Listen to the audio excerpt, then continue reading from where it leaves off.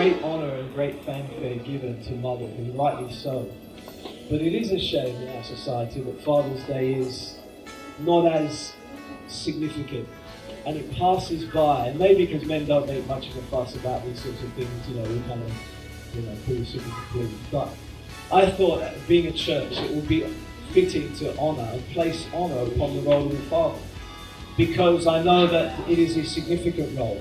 Myself being a father, many of you here are fathers, and so I wanted to give opportunity for people that I knew had a father in their life, because I'm aware there are people here that perhaps you didn't grow up having a father around, but there are people that I know who can speak of their father. And listen, if you feel inspired to say something after they've finished, you're welcome to put up your hand and come up. But I want to give opportunity for Joel. Joel's going to come first and say a few words. So let's give him a hand as he comes.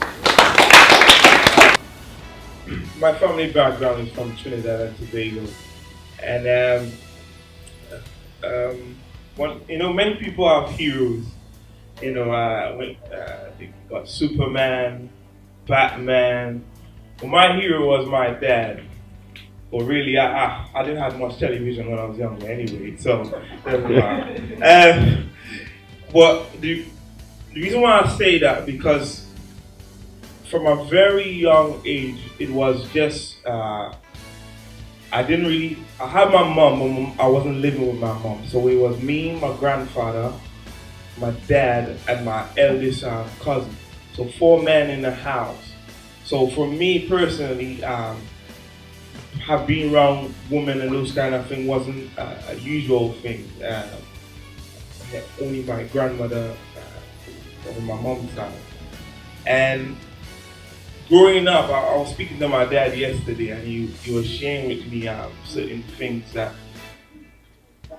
my dad was really my greatest influence. Reason being, he was 2 things really. His character. He had a very influential character amongst his peers, amongst the neighborhood, the society, and it made me felt like, listen, I want to be like this man, and I believe some of those traits that have come upon me. I remember I was speaking to him last night, and he was saying to me that he was at the window smoking one time. While he's taking the cigarette, he took the cigarette and he chucked it outside. And what he noticed that I ran down the stairwell and ran and picked up the burnt out cigarette and put it in my mouth. And he said from that day he stopped smoking cigarettes. And till that point, if he didn't tell me that, I would have always say my dad never smoked cigarettes. Because the day that he saw me picking up the cigarette from the floor, he stopped. He was a man that I feared, obviously, because of the legs. But I feared in a sense that I didn't want to disappoint him. In everything that I did, I didn't want to disappoint him. One of the things that me and him, we were laughing last night, and time and time again, he would say to me, Joe, pick up your book.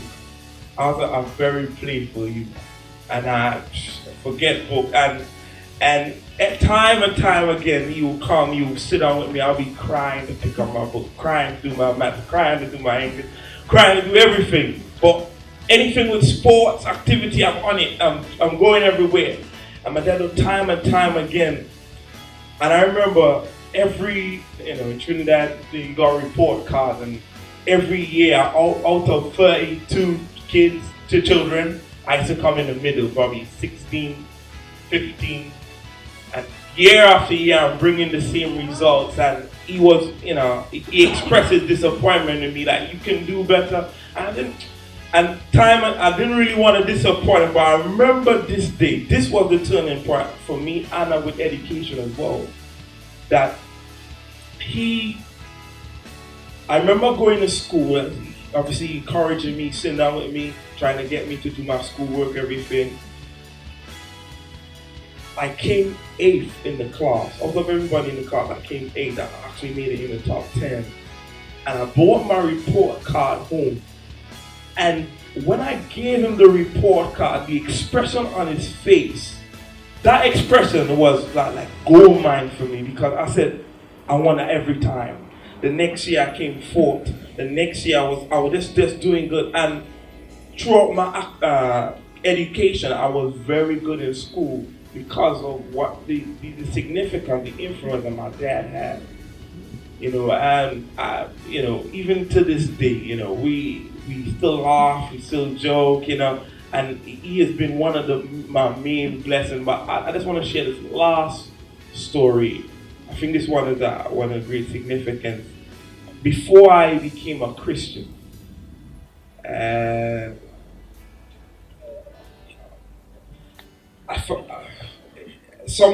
friend of mine, a young friend of mine, witnessed to me about the things of God, and he told me about the things of God, and I became a Christian. But obviously, my dad and my cousin, I didn't want to hear. But I didn't really have, so going through the process and going to church and everything, it came to that point of my baptism. Now, I was still, because I was young, I was still oohing and ahhing whether I'm in a faith, because none of my friends followed me. Some of them came with me thinking I'm going for some girl or some kind of thing, but they didn't really follow me. And I said, I need something. The pastor said to me, you need someone to come and witness what your baptism, witness what God is doing. And I spoke to him and I said, Dad, you need to come. I need you to come. I got nobody else, so you need to come. And he came to my baptism. As I said, I was oohing and ahhing. I wasn't sure about whether or not I'm going to go on with this Christian thing. So time, giving testimony, talking and everything. And then there was a moment where everyone's head was down, and we listening to the person giving testimony or everything. And all of a sudden, I just heard a voice, a familiar voice. And they said, I pray and hope that one day I'll make the same decision like my son. And when I looked up, I saw my dad saying that.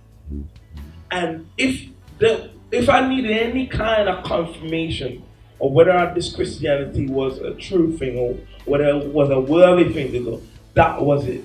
And from that now, I'm saved now probably 15 odd years.